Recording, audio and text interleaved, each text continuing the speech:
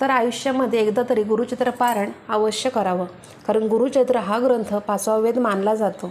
तर ज्या घरामध्ये गुरुचरित्र पारायण हे केलं जातं तर त्या घरामध्ये कोणतीही वाईट शक्ती, नकारात्मकता, भूतबाधा, पिशाच्य बाधा, करणी बाधा ही राहत नाही, कारण त्या घरामध्ये साक्षात दत्त महाराज, स्वामी महाराजांचा वास असतो. आपल्या आयुष्यामध्ये कितीतरी अडीअडचणी असतात, तर त्या नक्की दूर होण्यास मदत होत असते. तुमच्या जर कुंडलीमध्ये काही दोष असतील ते सुद्धा निघून जाण्यास मदत होत असते. तर आपल्याला गुरुचरित्र हे पारायण कधीपासून सुरुवात करायची आहे, तर सप्ताह चालू होत आहे 9 डिसेंबर 2024, वार आहे सोमवार. या दिवसापासून सप्ताह चालू होत आहे आणि 15 डिसेंबरला आहे दत्त जयंती. म्हणजे 7 दिवसाचा असा कालावधी असणार आहे सप्ताहाचा. आणि 8व्या दिवशी आपल्याला सांगता करायची, म्हणजे 16 तारखेला आपल्याला सांगता करायची आहे.